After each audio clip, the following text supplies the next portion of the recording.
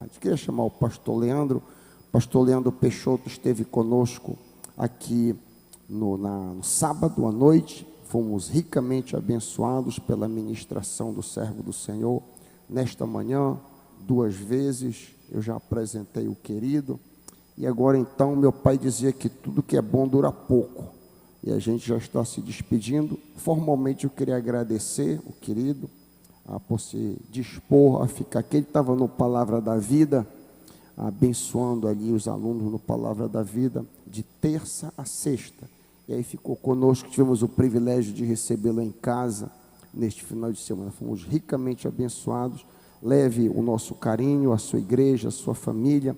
E esperamos vê-lo em breve, se Deus assim nos permitir. Permita-me orar pelo Senhor. Pai querido, que as palavras da boca do teu filho e o meditar do seu coração sejam agradáveis a ti, rocha nossa e redentor nosso, e todo o povo de Deus apoiando diz amém. Fica à vontade. Amém. Boa noite, povo de Deus. Saúdo vocês com a graça e com a paz de Jesus. Que bom estar aqui, que alegria poder repartir a palavra de Deus com os irmãos. Eu tenho comido do melhor dessa terra, até maniçoba eu comi, mingau de tapioca, filé de filhote,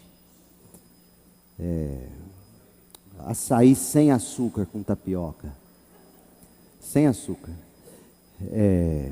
comi pirarucu com castanha de caju. Meu Deus, o melhor dessa terra. Ganhei uma camisa do Paysandu. Tá ali, ó. Irmão. Deus sabe o que faz.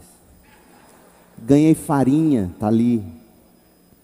Estou com medo de ser preso no aeroporto. Glória a Deus. Eu espero em breve poder voltar a esta terra. Eu quero muito poder, de algum modo, contribuir com a palavra da vida. E espero em Deus que eu possa voltar e, se for possível, também estar com vocês. Tem sido muito bom, pastor Hiker. Que privilégio o irmão me deu, Betina, que casal maravilhoso. A Dácia já é minha, vou levá-la. E que privilégio vocês têm um grande pastor. Um grande pastor. Eu viajo esse Brasil todo dentro das possibilidades, porque eu sou muito caseiro, não gosto de ficar saindo tanto. Como é raro ver um obreiro do calibre do que os irmãos têm. Pastor André, com quem também eu tive um pouco mais de proximidade. Os irmãos estão muito bem servidos, no melhor da nossa fantástica tradição batista. Como eu fico feliz em saber que esta igreja, a primeira da Amazônia, é pastoreada por um homem com esse coração. E por ter vocês também aqui. Que Deus abençoe muito vocês. E nesta noite eu chamo sua atenção para Isaías, no capítulo 6. Nós vamos ler do verso 1 ao 4. Eu estou tendo que suplicar a graça de Deus para que faça milagre. Eu tendo que pregar em 30 minutos. Estou acostumado a 1 hora, 1h10, mas vamos lá. A santidade de Deus é o tema. Isaías capítulo 6, de 1 a 4. No ano em que o rei Uzias morreu, eu vi o Senhor. Ele estava sentado em um trono alto e a borda de seu manto enchia o templo. Acima dele havia serafins, cada um com 6 asas. Com 2 asas cobriam o rosto, com 2 cobriam os pés, e com 2 voavam. Diziam em alta voz uns aos outros: Santo, Santo, Santo é o Senhor dos exércitos. Toda a terra está cheia de sua glória.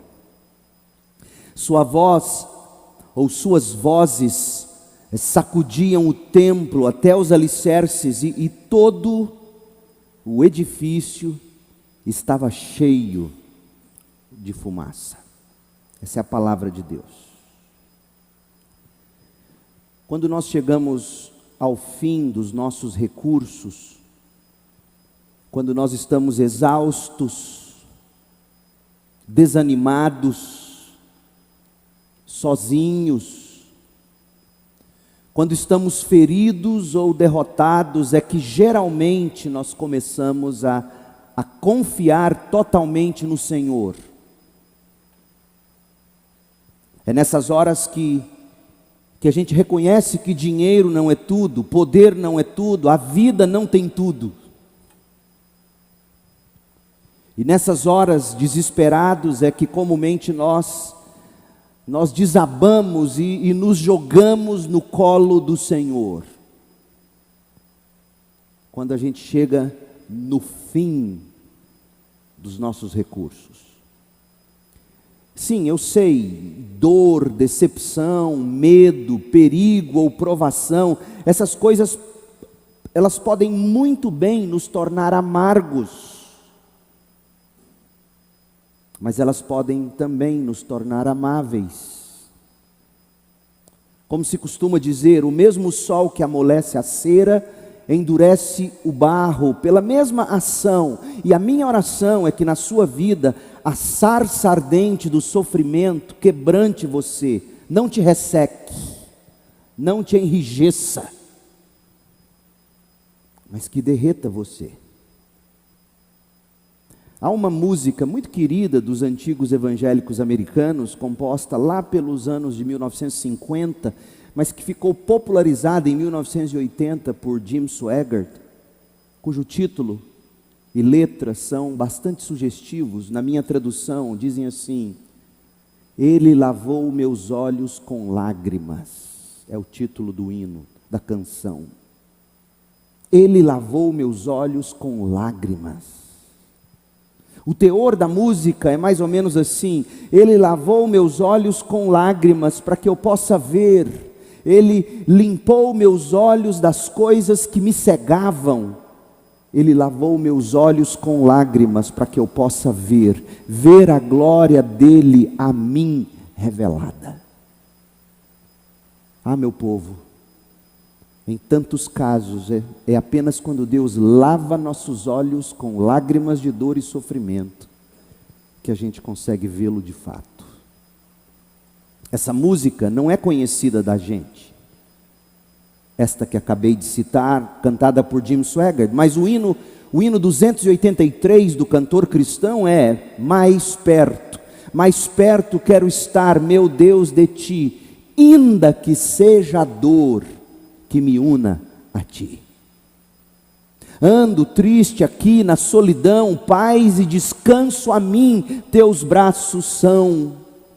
Minha alma cantará a ti, Senhor, cheia de gratidão por teu amor. E quando enfim me vier chamar, com serafins nos céus irei morar. Então me alegrarei perto de ti, meu rei, perto de ti, meu rei, meu Deus, de ti. Ainda que seja a dor que me una a Cristo. Por tudo isso é que o refrão deste hino canta assim: sempre hei de suplicar, mais perto quero estar, meu Deus, de ti, ainda que seja pela dor. Estar na presença de Deus, desfrutar da comunhão amorosa de Deus, enxergar a glória de Deus, é o que há de mais maravilhoso nesta vida e na vida além. Portanto, a dor, quando produz lágrimas que lavam os olhos para que a gente possa ver a glória de Deus, essa dor, essas lágrimas serão sempre bem-vindas, posto que essas lágrimas, essa dor é do tipo de sofrimento que produz salvação, segundo os Coríntios 7, versículo 10. Portanto, eu sei, alguns de vocês estão passando por águas profundas. Alguns de vocês estão derramando sua grande parcela de lágrimas, às vezes lágrimas secas. Em alguns casos, melhor seria se chorasse, porque daí de algum modo desabafava-se. Mas nem chorar consegue de tanta dor. Eu sei, alguns de vocês estão atravessando o vale da sombra da morte. Meu apelo a você nesta noite é que você não permita que o fim da questão sejam suas lágrimas. Antes, que suas perdas, que suas dores sirvam de estímulo para algo novo, fresco, em sua total confiança em Deus. Que essas lágrimas sejam lágrimas da graça de Deus, lavando seus olhos, para que você possa ver o Senhor Jesus Cristo. O texto que nós lemos para esta ocasião, Isaías 6, começa com o profeta vendo o Senhor. Note bem, a visão de Isaías, ela está contrastada com uma tragédia nacional. E em muitos aspectos também pessoal. Porque indo mal a nação, afetava assim o indivíduo, a família. A visão de Isaías, portanto, está contrastada com uma tragédia. A visão de Isaías tem como pano de fundo um rio de lágrimas, lavando olhos para que pudessem ver. Isaías, capítulo 6, versículo 1. No ano em que o rei Uzias morreu, lágrimas, eu vi o Senhor. O capítulo 6 de Isaías, de fato, ele é o início do livro. Aliás, capítulo 6 poderia muito bem ser colocado como sendo o capítulo 1 do livro do profeta. Uma vez que se trata do comissionamento dele, a partir desta visão, Isaías será comissionado. Entretanto, da forma como nós temos o livro, do modo como o autor inspirado por Deus teceu o livro, os capítulos de 1 a 5 servem como um prefácio para o chamado de Isaías que está no capítulo 6, e daí o capítulo 6 é seguido pelo conteúdo da obra, a partir do capítulo 7. Capítulo 1, 2, 3, 4, 5, prefácio. Capítulo 6, o chamado de Isaías. Capítulo 7 em diante, a profecia em si.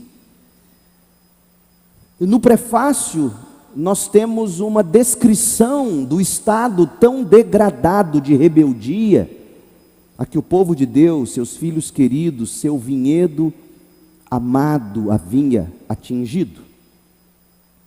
Após Isaías 6, o que se lerá será a respeito da ira de Deus despejada sobre o povo de Judá, através da Síria em conchavo com Israel ao norte, aliados para destruir Jerusalém ao sul.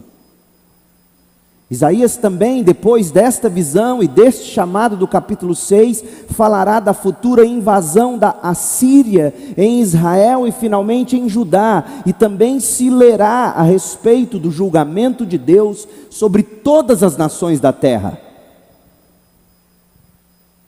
E neste tecido que é o texto de Isaías, você tem bordado de forma tão bela as promessas messiânicas. De tantas promessas messiânicas, costuma-se chamar este livro de Evangelho do Antigo Testamento. De tão cheio de promessas de Jesus Cristo. O prefácio do livro revela uma nação que havia abandonado o seu Deus. Capítulo 1, veja comigo, verso 2.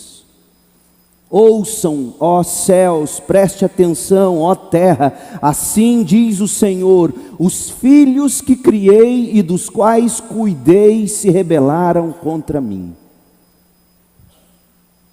E que triste, até mesmo o boi conhece seu dono, até o jumento reconhece o cuidado de seu senhor, mas Israel não conhece seu Senhor, meu povo não reconhece meu cuidado por ele.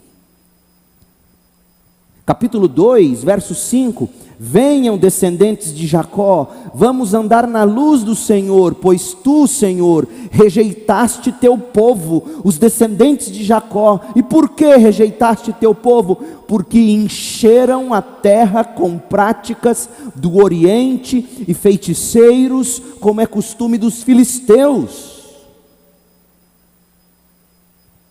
E aí do verso 6, 7 até o 11 vai falar de como a nação se encheu de orgulho, de ouro e de coisas materiais nas quais eles escoravam toda a sua esperança. No capítulo 3, nós lemos, verso 1: o soberano Senhor dos exércitos tirará de Jerusalém e de Judá tudo aquilo de que dependem. E do que estava dependendo o povo de Deus, senão do próprio Deus estavam dependendo? Veja o que Deus tiraria deles, como de fato tirou: cada pedaço de pão, cada gota de água. Veja que é possível beber água em pecado, comer pão em pecado, sem reconhecer que vem da boa mão de Deus a água, o pão. Deus diz: vocês estão idolatrando tudo que eu dei para vocês de melhor. Eu vou tirar de vocês seus ídolos.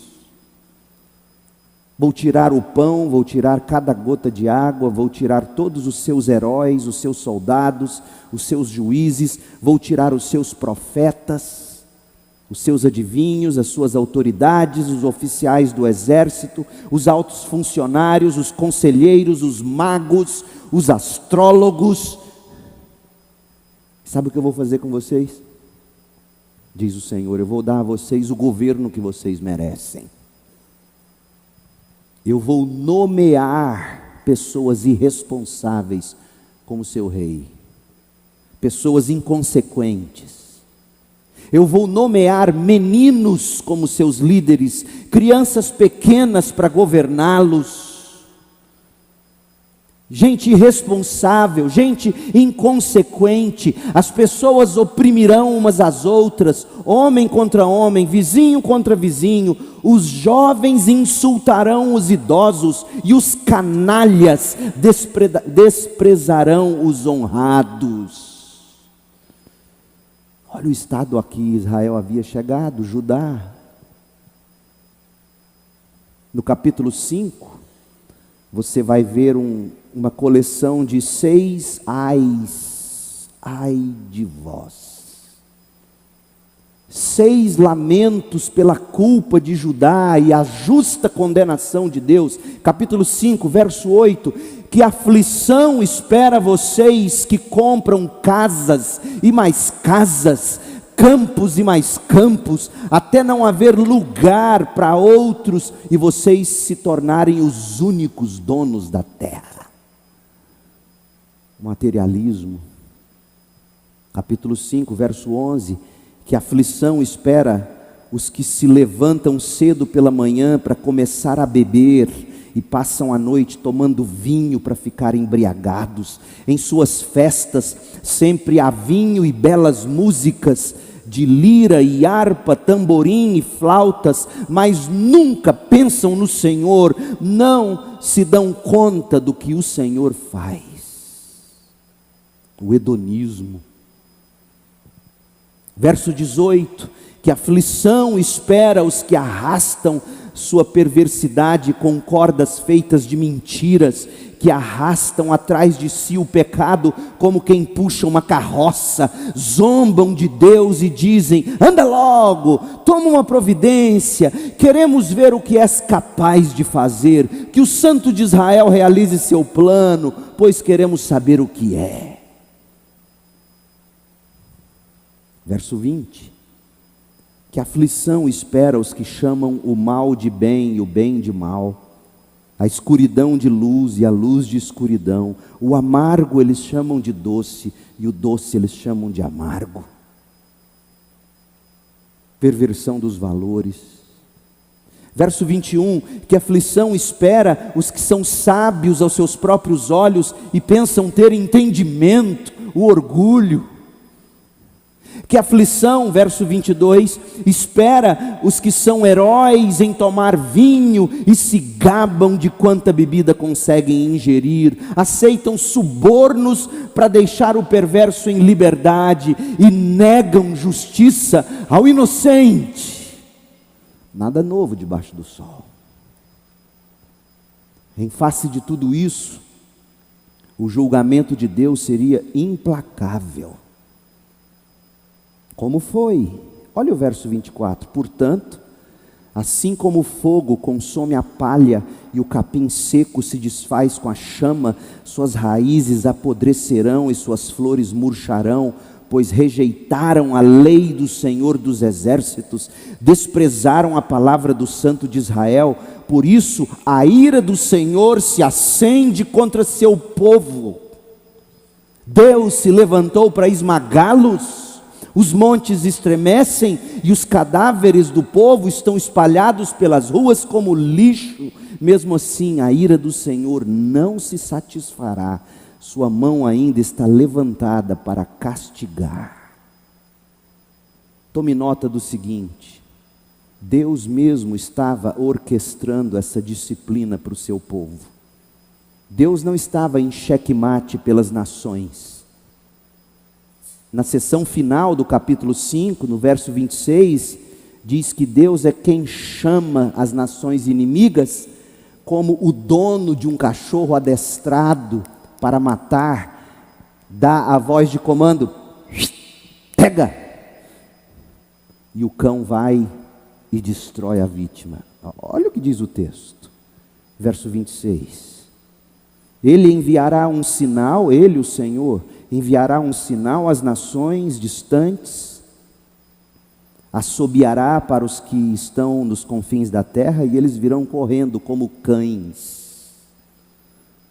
Não se cansarão, nem tropeçarão, ninguém descansará, nem dormirá, nenhum cinto está solto, nenhuma correia de sandália se arrebentará, suas flechas estarão afiadas, seus arcos prontos para a batalha, os cascos de seus cavalos soltarão faíscas, as rodas de seus carros girarão como um turbilhão, rugirão como leões, como os leões mais fortes, rosnarão e se lançarão sobre suas vítimas e as levarão embora, ninguém poderá livrá-las. Naquele dia rugirão sobre suas vítimas como ruge o mar.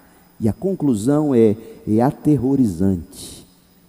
Se alguém olhar por toda a terra, só verá, olha o verbo, só verá trevas e aflição, até a luz será obscurecida pelas nuvens. Capítulo 6, verso 1. No ano da morte do rei Uzias, eu vi o Senhor. Em meio a todo esse caos nacional, havia um mourão que ainda mantinha em pé todas as estacas mais finas da estrutura de Judá, a estrutura social de Judá. Havia um rei venerado, havia Uzias. A história de Uzias, ou Azarias, dependendo da tradução, está contada em dois trechos da Bíblia. Um trecho mais curto em 2 Reis 15, de 1 a 5, e a narrativa mais longa de 2 Crônicas 26. O segundo livro das Crônicas, capítulo 26, atesta que Uzias foi um dos melhores reis da sórdida história de Judá. Ele se tornou rei quando tinha apenas 16 anos. O pai dele, Amazias, diz 2 Crônicas 25, 27, o pai de Uzias se afastou do Senhor. Resultado, o povo de Jerusalém conspirou contra o rei e o matou. o filho dele, Uzias, subiu ao trono e reinou dos 16 anos, 52 anos adiante. Ele morreu com 68 anos, não é isso? 52 mais 16, 68. Ele reinou dos 16 aos 68 anos. O segundo reinado mais longo de todos os reis de Judá, superado apenas pelo de Manassés, 55 anos de reinado. E que reinado foi o de Uzias? Versículo 4, 2 Crônicas 26, versículo 4. Versículo 4 diz que Uzias fez o que era certo aos olhos do Senhor. Versículo 5 diz que Uzias buscou a Deus durante a vida de Zacarias, que o ensinou a temer a Deus. Não é o Zacarias do livro do profeta Zacarias, e também não é o Zacarias filho de Joiada, era outro profeta com o nome Zacarias, ou seja, Uzias seguia a voz do profeta. E o cronista completa o verso 5 de 2 Crônicas 26, dizendo: enquanto o rei buscou a direção do Senhor, Deus lhe deu êxito. Uzias fez muito, gente, mas fez muito mesmo. Ele fez guerra e ganhou as batalhas, ele construiu cidades. De acordo com o versículo 7, Deus o ajudou. O versículo 8 registra que a fama de Uzias se espalhou até o Egito, pois ele havia se tornado muito poderoso. Quem não teria orgulho de ter um rei assim? A história de Uzias continua. Ele construiu torres em Jerusalém, torres no deserto, cavou cisternas. Diz os versos 9 e 10 que ele foi grande pecuarista, agricultor, viticultor. Diz os versos 11 e 12 que ele tinha um exército grande, organizado, totalmente armado, equipado. E o versículo 13 nos dá estes números impressionantes. Por exemplo, o exército de Uzias era formado por uma elite de 307.500 homens. Você tem noção disso? Preparados para ajudar o rei contra qualquer inimigo, diz a Bíblia. Uzias armou suas tropas, versículo 14, ainda por cima, Uzias investiu em tecnologia do nível Pentágono americano. Olha o que ele fez no verso 15. Uzias construiu sobre os muros de Jerusalém máquinas de guerras criadas por peritos. Elas atiravam flechas e lançavam grandes pedras das torres e dos cantos dos muros. O inimigo chegava perto e as catapultas, bum, bum, bum. Mísseis, literalmente, para aquele contexto. Resultado, olha a parte B do verso 15. Sua fama se espalhou até lugares distantes, pois o Senhor o ajudou extraordinariamente. E ele se tornou muito poderoso. Tudo muito bom para ser verdade. Até que o pecado de Uzias veio à luz. Olha o verso 16. Quando Uzias se tornou poderoso, eis o perigo das grandes conquistas. Paralelo a isso, no coração do rei algo crescia e ninguém enxergava. O que todos viam eram as grandes conquistas, a piedade aparente do rei. O nome do rei chegando à corte do Egito e de todas as nações. Quem é seu rei? Meu rei é o grande Uzias. Mas quando Uzias se tornou poderoso, também se encheu de orgulho, o que o levou à ruína. Pecou contra o Senhor seu Deus ao entrar no santuário do templo do Senhor para queimar incenso no altar de incenso. Essa tarefa não era dele, Essa tarefa era dos sacerdotes. Ele não era sacerdote. O único que acumulou sacerdócio e reino foi o Cristo. Profeta, sacerdote, rei. Uzias era somente o grande rei. Era para ter sido só assim, mas ele quis mais. Ele quis ser visto como o grande sacerdote. Deus tentou exortá-lo através do sacerdote Azarias. 80 outros sacerdotes junto com Azarias, confrontando Uzias, dizendo: Uzias, não faça isso. Homens corajosos confrontando ele, tentando fazer o rei, tão admirado, recobrar a sua sanidade bíblica. Aquela não era uma tarefa do rei, era dos sacerdotes, está dito nos versos 17 e 18. E a cena seguinte é muito triste, verso 19. Uzias, que segurava um incensário, ficou indignado com o pastor dele, o sacerdote. Ficou indignado.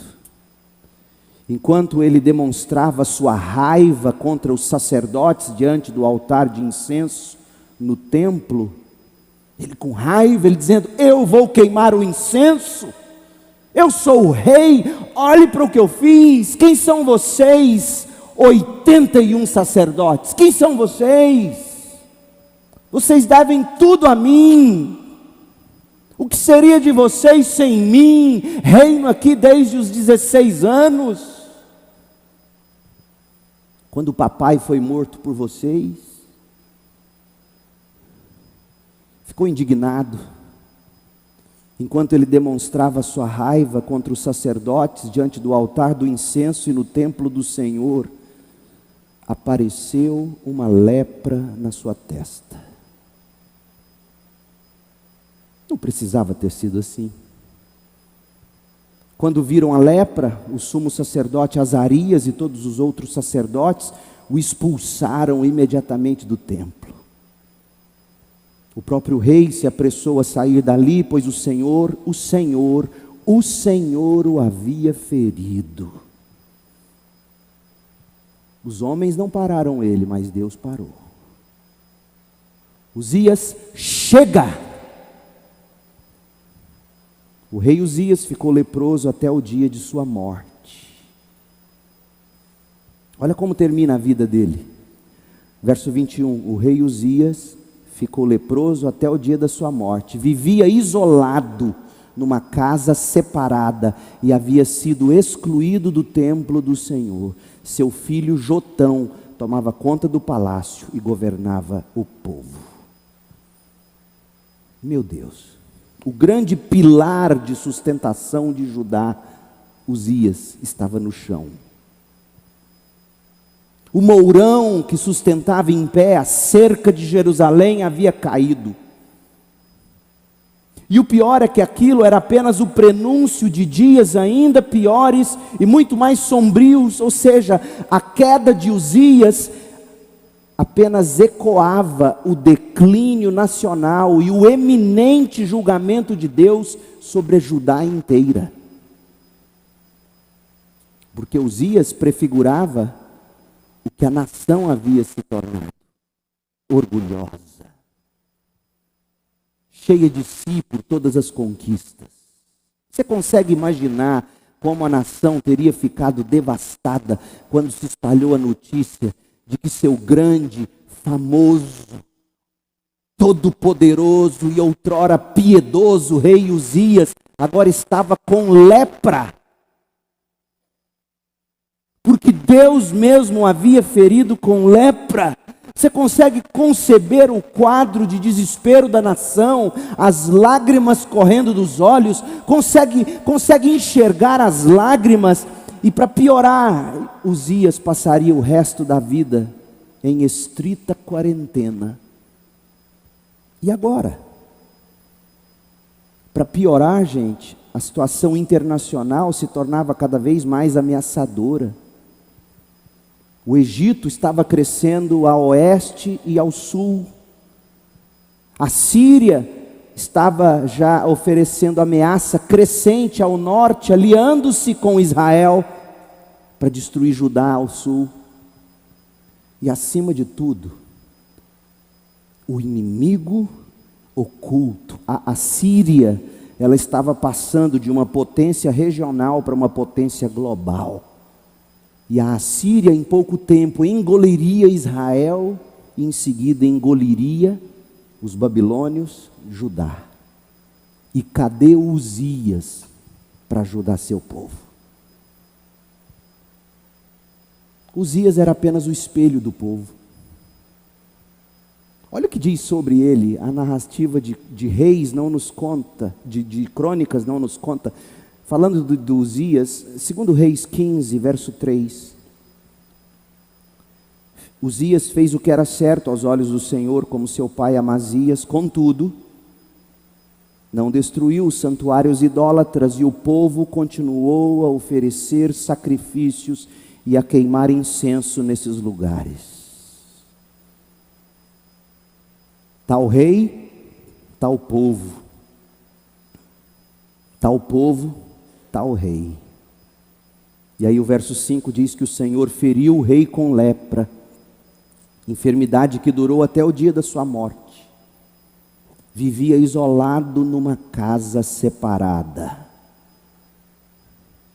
Gente, o que deve ter tornado esses dias tão dolorosos para Isaías e o remanescente fiel do povo de Deus era que Uzias acabou seguindo o mesmo caminho que a nação tinha seguido. Começou bem, buscou a Deus, fez prosperar a nação, ajudou maravilhosamente a nação. Olha como é fácil você começar bem e terminar horrivelmente. Só que toda a sua riqueza e todo o seu poder o entorpeceu de orgulho e ele se corrompeu.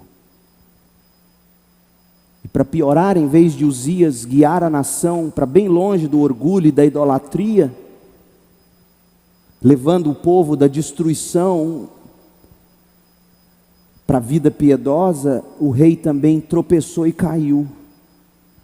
Esse longo e trágico declínio da nação agora ecoava na história pessoal do rei. E agora, aonde olhar? Qual direção? O único mourão de esperança ainda era Uzias. As lágrimas estavam lavando os olhos de Judá, para que eles enxergassem: Uzias morre, Deus não. As lágrimas estavam lavando os olhos de Judá para que enxergassem o Senhor. Aquelas lágrimas não poderiam embaçar a visão do povo, cegando o povo ainda mais para Deus. Aquelas lágrimas de desespero deveriam lavar os olhos para que vissem mais a Deus. É nesse contexto que a gente lê Isaías 6:1, no ano em que o rei Uzias morreu, eu vi o Senhor. Israel, ou melhor, Judá não era tola. Judá sabia de seus próprios pecados. Então, quando o rei Uzias morre, duas coisas suscita na mente do povo. Primeiro, e agora? Não temos Uzias mesmo. Porque sempre ficava aquela esperança: ele vai ser curado, ele vai ser curado, ele vai voltar. Ele pecou, mas pecar é humano. Deus vai restaurá-lo, vamos ter Uzias. Uzias morreu. E agora? Segunda coisa que suscita é: espera um pouco, Uzias fez exatamente o que a gente está fazendo. Se Uzias morreu, e nós? Eu vi o Senhor no ano em que o rei Uzias morreu. E o que foi que ele viu? Isaías viu a santidade de Deus. Isaías teve a visão que transforma. Gente, o que é a santidade de Deus? A santidade de uma pessoa ou de um objeto consiste em você separar a pessoa ou o objeto do mundo dos outros usos e dos outros contextos, você se separa e você consagra a Deus, lugar santo, nave da igreja santa, porque é consagrada ao culto a Deus. Sua vida santa, porque você a separa do mundo e a consagra para Deus. Mas Deus é Deus. O que significa a santidade de Deus? A santidade de uma pessoa e de um objeto diz respeito a tal coisa ou pessoa ser separada do mundo para Deus. Ainda, quando a gente diz que algo é santo, a gente está dizendo que essa coisa veio de Deus, veio do céu, não é deste mundo. A pergunta é: do que Deus se separa? A quem Deus se consagra para ser santo? Nada, ninguém. Deus é santo porque Deus é Deus. Deus é realidade absoluta, além da qual há apenas, ou melhor, infinitamente. Além de Deus, o que existe é infinitamente mais de Deus. Você tem noção disso? É tanto que quando questionado sobre o nome dele, em Êxodo 3,14, Deus respondeu: eu sou o que sou. Ou seja, eu sou Deus e ponto. Em outras palavras, o ser e o caráter de Deus são totalmente indeterminados para qualquer coisa fora de Deus. Deus não é santo porque guarda a lei. Deus escreveu a lei. Deus não é santo porque cumpre os mandamentos. Os mandamentos ou a lei são santos porque revelam o caráter de Deus. Deus é absoluto. Todo o resto é derivado. Gente, isso tem que te encantar. John Piper escreveu assim: que é então a santidade de Deus? A santidade de Deus é a essência divina pura, transcendente, totalmente singular, e em sua singularidade tem valor infinito. A santidade de Deus determina tudo o que Deus é e faz. A santidade de Deus não é determinada por ninguém. A santidade de Deus é o que Deus é como Deus. É o que ninguém mais é ou jamais será. Chame isso de majestade, divindade, suprema grandeza, seu valor como da pérola de grande valor. Enfim, no final a linguagem se esgota, porque no adjetivo santo nós teremos navegado até o fim de tudo, em silêncio reverente, absoluto e com indescritível admiração. Abacuque 2:20. O Senhor, porém, está no seu santo templo. Cale-se diante dele toda a terra. Não há mais palavras. Isaías viu a santidade de Deus. No ano em que o rei Uzias morreu, eu vi o Senhor. Esse versículo foi um bálsamo para o meu coração. No dia 1º de janeiro de 2023, o Brasil todo em guerra, faz o L, Bolsominion. Eu acordei depois do culto de vigília, acordei em casa, meu coração apertado, sentei na varanda com meu café, o dia quieto ainda. Meu Deus, o que será desse país? Na hora me veio isso. No ano em que o rei Uzias morreu, eu vi o Senhor, eu chorei.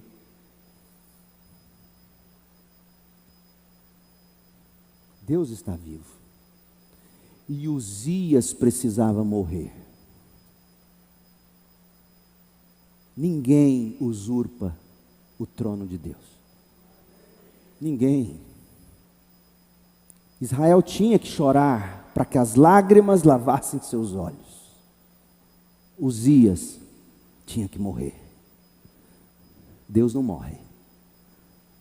O que Isaías viu como isso tocou Isaías. Qual foi o resultado? Primeiro, Isaías viu Deus vivo e imperturbável. Sabe aquele bebê que dorme tranquilo e você olha para ele e diz: ah, preocupação de ter que pagar boleto. Você vai olhar para Deus no céu, você não vai ver Deus capinando, carpindo, correndo para pagar boleto. Morreu Uzias, meu rei preferido. Não. Uzias morreu, eu vi o Senhor, imperturbável, vivo. E de que modo ele estava? Sentado, reinando. Ele estava sentado sobre um trono alto, sublime, elevado, adornado e imponente. A borda do seu manto enchia o templo. E Isaías viu Deus sendo servido e reverenciado. Acima de Deus havia serafins. Não se fala mais de serafins em qualquer outra parte da Bíblia. Acima dele havia serafins, cada um com 6 asas, impressionante, seres com 6 asas. 2 cobriram o rosto, porque ninguém é capaz de enxergar a face de Deus sem alguma mediação. 2 asas cobriam os pés, sinal de modéstia, ou sinal de obediência, pés guardados para seguir somente a direção de Deus. E com 2 voavam, prontos para servir 24 horas. Isaías viu Deus ser aclamado e adorado. Diziam em alta voz uns aos outros: Santo, Santo, Santo é o Senhor dos exércitos, toda a terra está cheia da sua santidade. É isso que diz? Não. Interessante, você já parou para pensar nisso? Santo, Santo, Santo é o Senhor dos exércitos, toda a terra está cheia de sua santidade. Seria a leitura mais natural, mas não, toda a terra está cheia da sua glória. Suas vozes sacudiam o templo como aquele mirage no céu, quando rompe a barreira do som. Bum! Eu ficava fascinado quando criança. As vozes sacudiam o templo até o alicerce, todo o edifício estava cheio de fumaça. Por que Isaías diz que santo, santo, santo, toda a terra está cheia da sua glória? Porque a glória de Deus é a exibição, é a revelação, é a publicação da santidade de Deus. Levítico 10:3. Então Moisés disse a Arão: foi isto que o Senhor declarou: mostrarei minha santidade entre aqueles que se aproximarem de mim, mostrarei minha glória diante de todo o povo. Enxergamos a santidade de Deus em termos de glória, de esplendor, de beleza. Essa é a visão que você precisa ter de Deus. Deus vivo e imperturbável, em meio a todas as aflições pelas quais você passa. Deus sentado e reinando, sem agitação, sem afobação. Ele é soberano. Deus adornado e imponente, sendo servido e reverenciado, sendo aclamado e adorado. As lágrimas lavaram os olhos de Isaías, para que ele pudesse ver, não mais Uzias. Uzias morreu, graças a Deus que morreu. Deus está vivo. Olha o que isso produziu na vida de Isaías. Eu vou fazer rapidinho e a gente termina. Primeiro, Isaías se confessa pecador, porque era disso que a nação precisava, ver Deus. Ver Deus. Esqueça Isaías, esqueça Uzias, melhor, esqueça. Uzias não é Deus, Uzias não é o Senhor. Pelo contrário, ele tentou ser o Senhor e o Senhor o matou. Antes disso, o envergonhou, o humilhou com lepra na testa. Isaías, quando vê Deus, Ele diz: eu estou perdido, é o meu fim. O fim não é Isaías, não é Uzias ter morrido, percebe? O fim não é quem está no governo ou deixa de estar no governo. O fim é encarar Deus Santo, se você não é justificado por Jesus Cristo. Esse é o fim. Sou um homem de lábios impuros e vivo no meio de pessoas de lábios impuros. Meus olhos, porém, viram o Rei, o Senhor dos Exércitos. Deus é o Rei, não é Uzias. A confissão de pecado de Isaías. Sabe por que tão pouco reconhecimento de pecado e confissão na Igreja Santa de Jesus? Porque os crentes não veem mais a Deus. Eles veem seus programas de igreja, eles veem suas atividades, sua correria. Eles não veem Deus.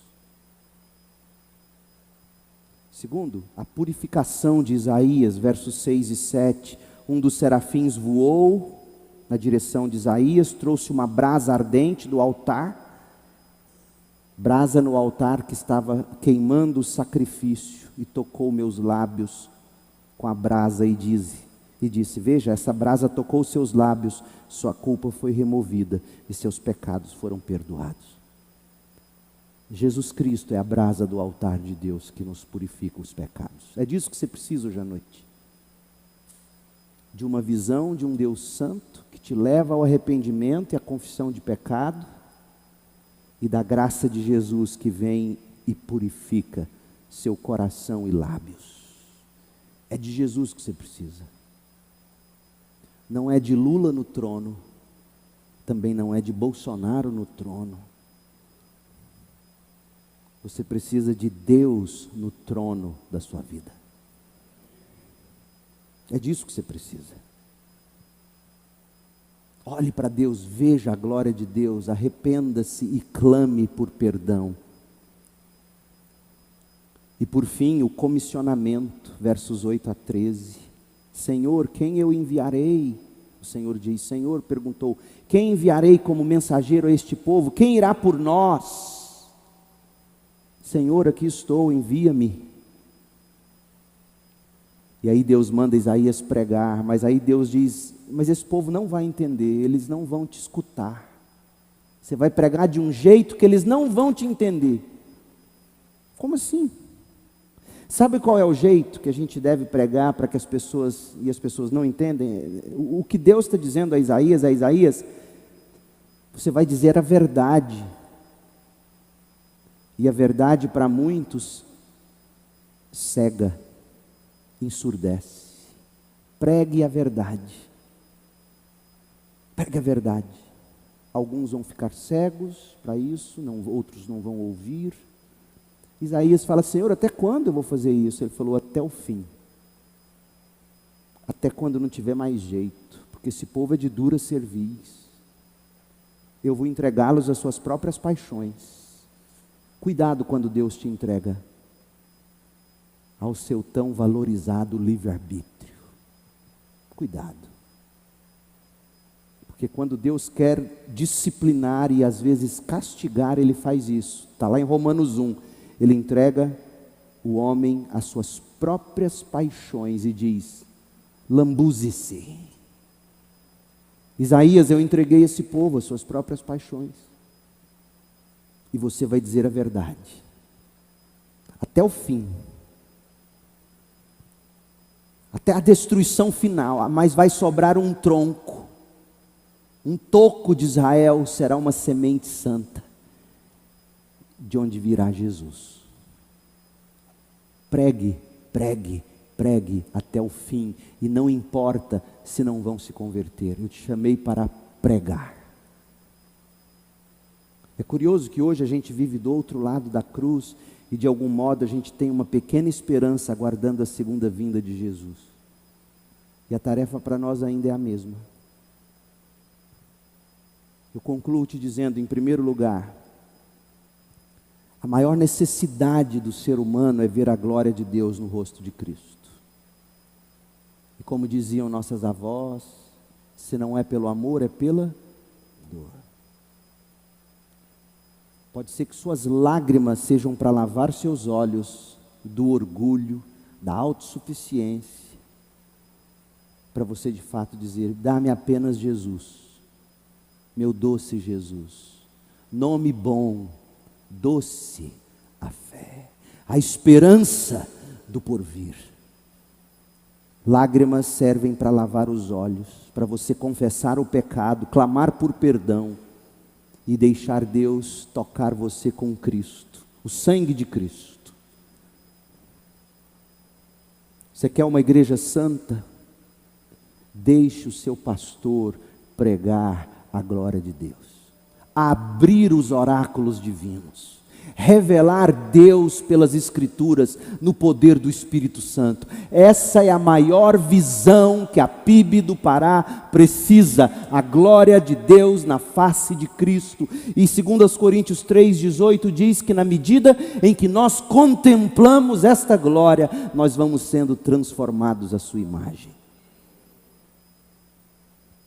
Ore para que seu pastor, seus pastores, seus professores, seus líderes não entreguem outra coisa para vocês senão a visão de Deus glorificado em Jesus Cristo. Esta é a visão que transforma. Não queiram os métodos de Uzias, não queiram os avanços de Uzias, não queiram a segurança de Uzias. Queiram o Deus que mata Uzias, para que o homem chore, lave seus olhos e enxergue Deus. O espinho que Deus coloca na sua carne, na minha carne, é para a gente ver Deus. Você não consegue ver a glória de Deus? Eu vou te dizer algo. Peça a Deus que te dê lágrimas. Lágrimas que possam lavar seu coração e seus olhos, para daí você conseguir dizer: no ano da minha maior desgraça, eu chorei, eu chorei, eu chorei, mas eu vi Deus. As lágrimas não param de rolar no seu rosto? Olhe para Jó e diz: antes eu só te conhecia de ouvir falar, mas agora os meus olhos te veem. É disso que a gente precisa. Ver a glória de Deus em Jesus Cristo. Meu Pai, em nome de Jesus eu te peço, nesta noite santa, dedicada ao Senhor, esta grei santa, comprada pelo sangue de Jesus, reunida, para cantar, para ouvir, para celebrar o Cordeiro de Deus, que é a brasa do altar. Aqui nos colocamos para dizer: queremos ver a tua glória, revela-te a nós, abra os nossos olhos para que possam ver. Deus querido, não permita que vivamos como vinha vivendo Uzias. Como é fácil, meu Deus, olharmos para as conquistas materiais, a carreira, a reputação do nome, e dizer: é Deus, Deus me deu isso. E como é fácil se orgulhar. Ó Deus, tira os nossos olhos de Uzias, ainda que seja a dor que nos una a Ti. Tira os nossos olhos de Uzias, de nós mesmos, coloque os nossos olhos no Deus glorioso, assentado num trono alto e sublime, cercado por serafins, com 6 asas, 2 que cobrem os olhos, 2 que cobrem os pés, 2 que voam, e que cantam e que professam: santo, santo, santo é o Senhor dos exércitos, toda a terra está cheia da sua glória. Dá-nos essa visão, Senhor, e faça de nós uma gente quebrantada, fiel na pregação, enviada pelo Senhor. Em nome de Jesus. Amém. Deus te abençoe com graça e paz.